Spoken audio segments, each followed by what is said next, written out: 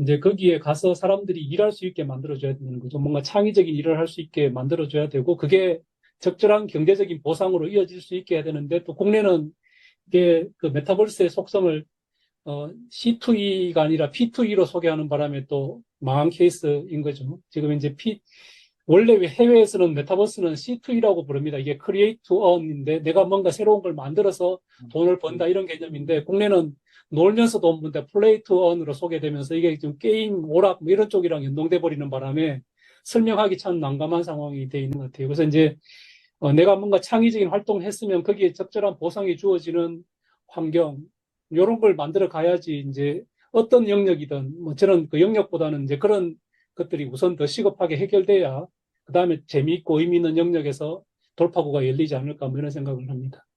네, 감사합니다. 김영 교수님. 뭐 예전에 뭐 아시겠지만 메타버스 처음에 막 이슈화 될 때 그 넥스트 인터넷이라는 얘기를 했었잖아요. 메타버스가. 그런 얘기 많이 들으셨을 텐데요. 그게 뭐냐면은 결과적으로는 우리가 인터넷이나 스마트폰처럼 우리 일상에서 정말 필요한 뭔가 미디어나 뭐가 될 거다.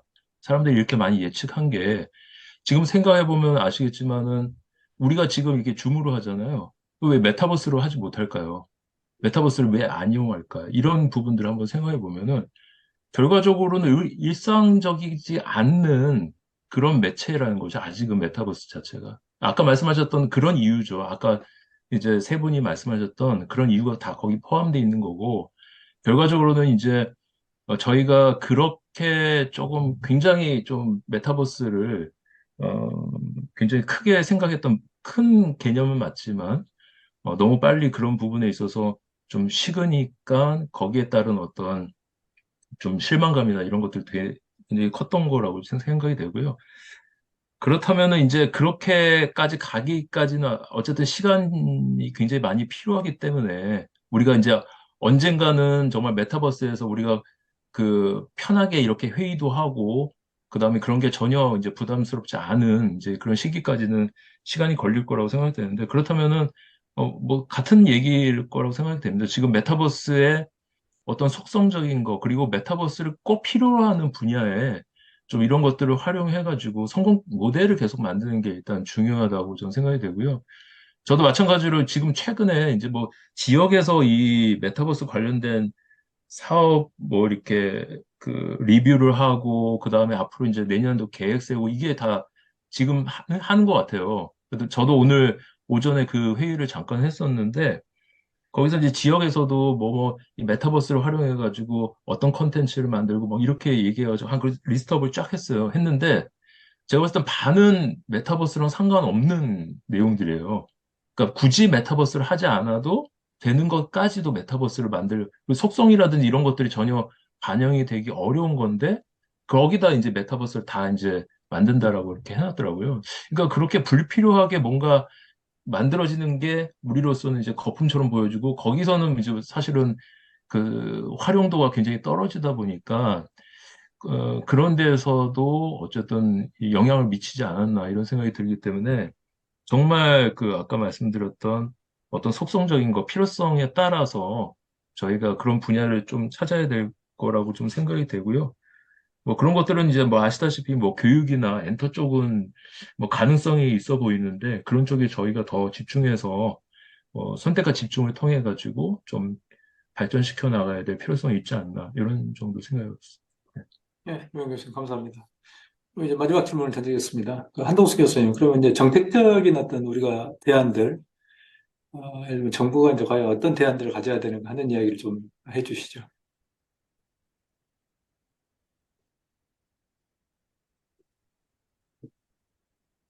마이크 꺼져 있어요.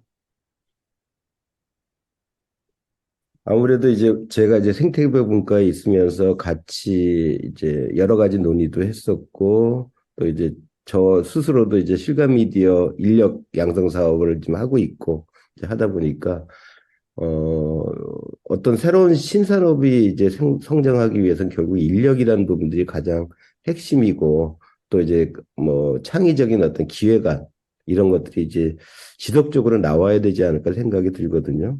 그 저는 뭐 항상 그 양이 많아야지 거기서 질적인 성장을 한다고 생각을 하고 있기 때문에 이제 그런 어떤 양적인 부분에서의 지속적인 지원 이런 것들이 좀 핵심이 돼야 되지 않을까 이런 생각을 하고 있습니다. 근데 저희가 이제 뭐 실감 미디어 뭐 혁신 공대학 사업을 하면서 인력 양성을 하는 부분에서도 가장 저희가 중점을 두는 분야들은 이제 그런 분야가 있죠. 이제 학생들의 창의력을 어떻게 이제 키울 것인가에 대한 부분, 또 많은 사람들이 실감 미디어에 대한 그 경험 이런 것들이 되게 부족합니다. 학생들 같은 경우는. 뭐 집에 이제 그런 기기들이 있으면서 계속 해볼 수 있는 것도 아니고 다양한 분야를 갖다 체험할 수 있는 기반도 없기 때문에 좀 이제 그런 경험할 수 있는 기반들을 많이 주고 많은 콘텐츠 사례들을 갖다가 사람들이 익히게 하면서 이제 거기서 좀 새로운 아이디어들을 끄집어낼 수 있고 뭐 그다음에 스스로 이제 여러 가지 경험을 할 수 있는 이런 교육 기반을 좀 만들어줘야 되겠다라는 측면이 첫 번째 있고요. 또 하나는 정부의 모든 어떤 인력 양성 계획들이 단기다라는 부분에 대해서 이제 계속 저는 흥분을 합니다. 그러니까 모든 분야를 갖다 이렇게 단기 교육 과정으로 이게 이루어질 수 있을까? 뭐 아니면 어떤 기술적인 분야의 이제 어떤 전수 정도 아니면 개발자 교육 정도로서 과연 이런 인력이 키워질 수 있을까에 대한 부분을 또 고민을 많이 하고 있고요. 그래서 좀 더 이제 장기적으로 지속적, 그다음에 그 많은 어떤 그 경험을 할 수 있는 이런 교육 기반들이 만들어진다면 우리나라가 훨씬 더 좀 좋은 양질의 어떤 인력을 기반으로 해서 이런 실감 미디어 파트라든지 아니면 메타버스 파트가 이제 많은 성장을 할 수 있지 않을까 이런 생각을 하고 있고 이제 그 부분에 대해서 이제 좀 지속적인 지원을 이제 원한다라고 할 수 있겠고요. 뭐 지금 이제 토론하시면서 계속 나왔던 것 중에 하나가 여러 가지 프로젝트의 어떤 그 뭐라 그럴까요? 그 부실한 부분들, 그다음에 메타버스를 실질적으로 끄집어가지 못하는 측면들의 핵심은 이것도 장기 과제가 아니기 때문이라고 저는 생각을 합니다. 그러니까 단기적인 프로젝트, 그다음에 성과 위주의 프로젝트를 만들어가는 속에서 그 프로젝트를 맡은 지자체나 기업들은 어쩔 수가 없는 측면들이 존재해요. 데이터도 없는데 데이터를 갖다 확보해서 그걸 기반으로 해서 뭔가 메타버스를 운영할 수 있는 이런 좀 튼튼한 어떤 콘텐츠를 만들어 가야 되는데 그걸 할 시간을 안 주는 거거든요. 그 다음에 또 그걸 이게 숙성시킬 수 있는 기간도 안 주고 있고 이제 그런 측면들이 단기간에 졸속으로 만들어지고 있고 그러다 보니까 다 텅 빈 그 플랫폼만 있게 되는 이런 현실이 지금의 현실이 아닌가 생각이 들어서 조금은 정부가 물론 정부도 이제 똑같이 압박을 받는 것들이 사실이지만 예산을 쓰고 있기 때문에 이제 그런 부분에서 좀 여유를 갖고 생태계를 생각하면서 좀 지속성이 있게 지원을 해줬으면 좋겠다라는 것이 제 생각입니다. 예. 예, 감사합니다. 예, 김정수 교수님.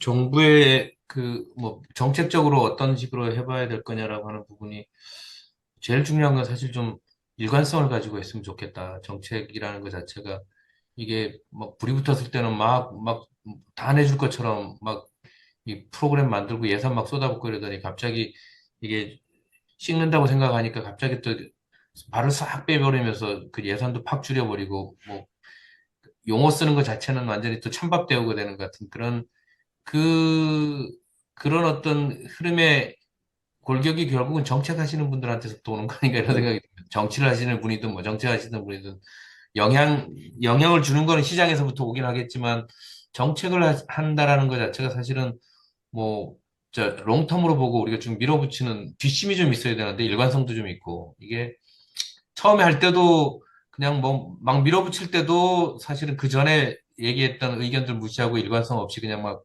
갑자기 확 늘렸다가 이 찌그러질 때도 이제 이게 줄어들 때도 확 줄어들어 버리는 것들이 어떤 논리적인 논거도 없이 혹은 뭐 아무튼 이 그 장래에 대한 어떤 계획도 없이 일단은 그 정치적인 논리라든가 정치적인 논리가 굉장히 많이 왜곡되는 이런 것들이 일단은 그런 부분에 대한 것들이 일단 좀 어, 잘 바로잡혀야 되지 않을까. 이게 메타버스라는 이야기 제목만 써도 이제는 그거 한물 간 거고, 이제는 피곤하다 이런 얘기들 표현하는 것 자체가 좀 이게 우리가 이 기술이나 이 산업 분야를 뭔가 꾸준하게 끌고 나갈 때 굉장히 어려움을 겪게 만드는 그런 요소 아닌가 이런 생각이 들고요.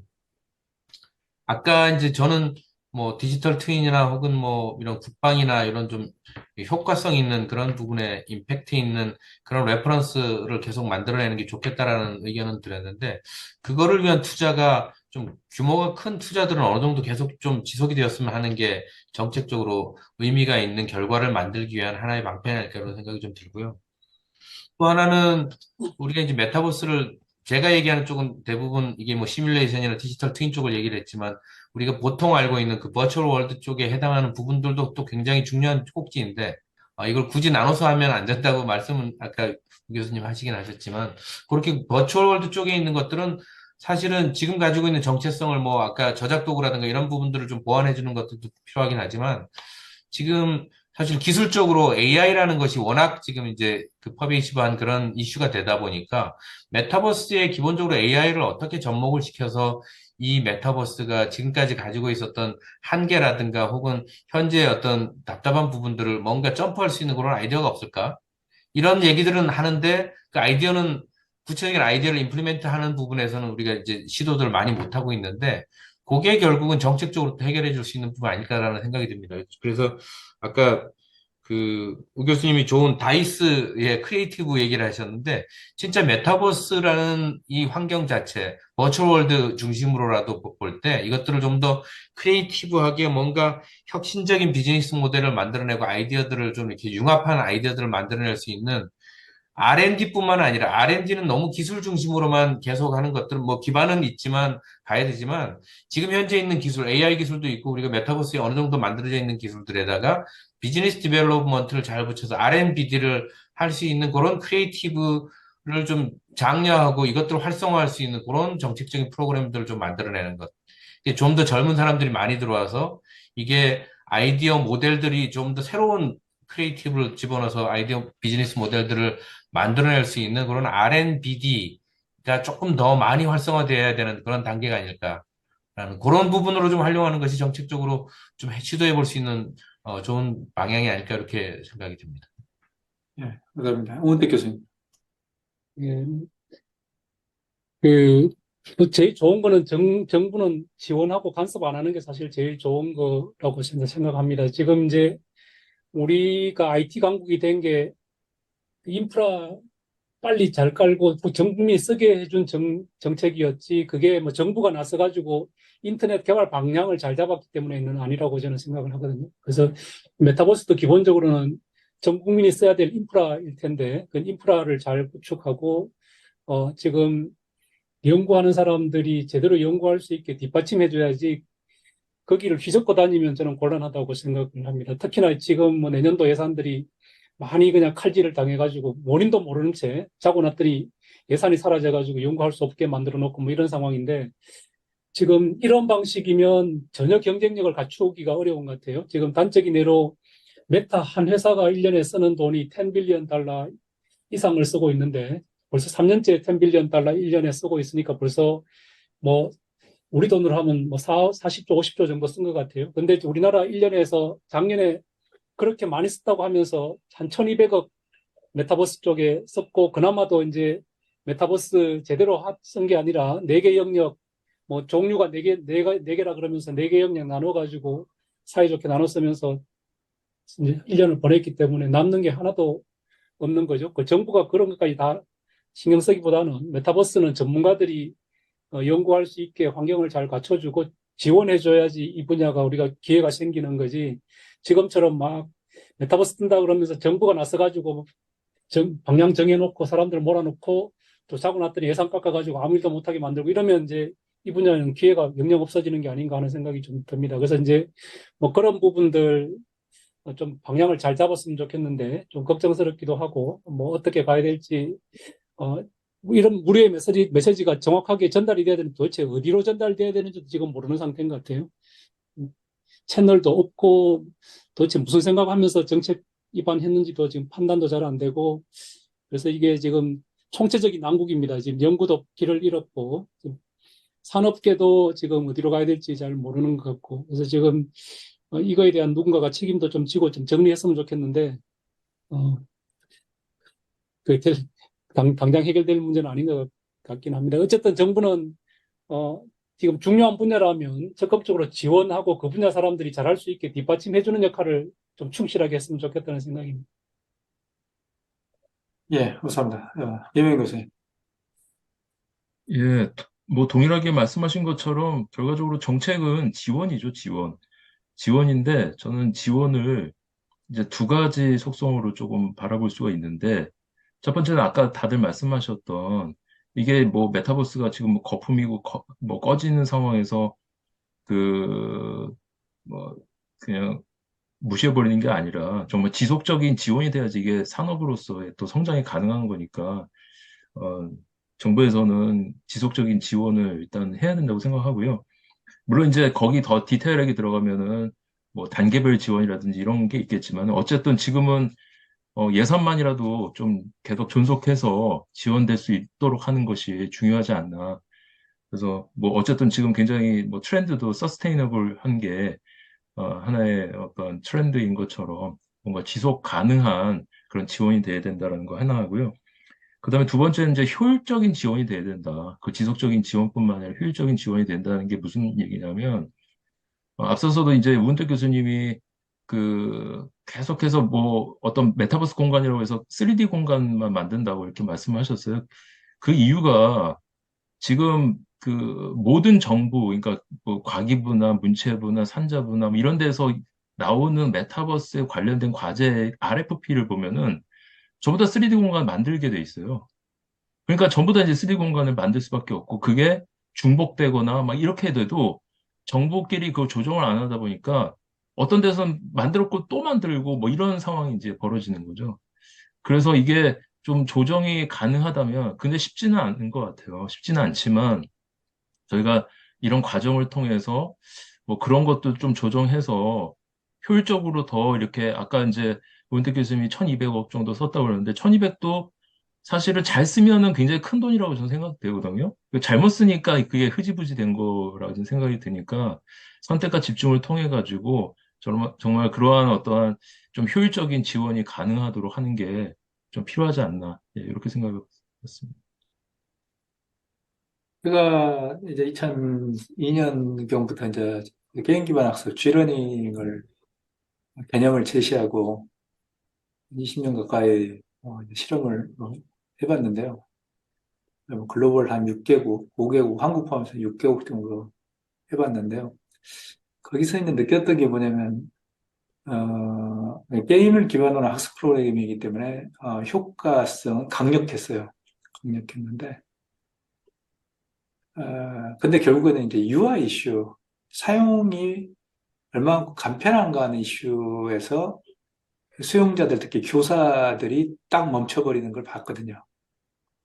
그러니까 이게, 어떤 일이 있으면 미국에서 할 때인데, 한 번은 서버가 다운돼가지고, 수업을 해야 되는데, 1시간 동안 접속이 안 되는 상황이 발생했었습니다. 그러니까 그 전까지는 학생들이 막 열광하고 수업에 집중하고 그러니까 교사가 무지하게 행복해 했는데, 교사가 얼굴이 딱 굳어지더라고요. 그래서 그 현장에서 그걸 보고 있으면서, 미국에 이제 공립학교였는데, 초등학교였는데, 상당히 위험하다고 느꼈어요. 근데 왜냐면, 교과서는 불에 타지 않는 한 그런 일이 발생하지 않거든요. 근데 아까 이제 김영 교수님 그랬잖아요. 왜 우리가 메타버스가 아니라 춤으로 할까요? UI 이슈거든요. 춤은 클릭 몇 번 하면 들어오지만, 메타버스는 아바타부터 시작해서 뭐 설정하고 앉아 있어야 되고, 뭐 캐릭터하고 뭐 엄청나게 많은 복잡한 절차를 거쳐야 되기 때문에, 그래서 그 UI 이슈가 정말 중요하다 하는 걸 저는 깨달았고요. 제가 하면서 깨달았죠. 두 번째는 뭐냐면, 현실에서 불편하더라도 사람들이 써야 된다는 거.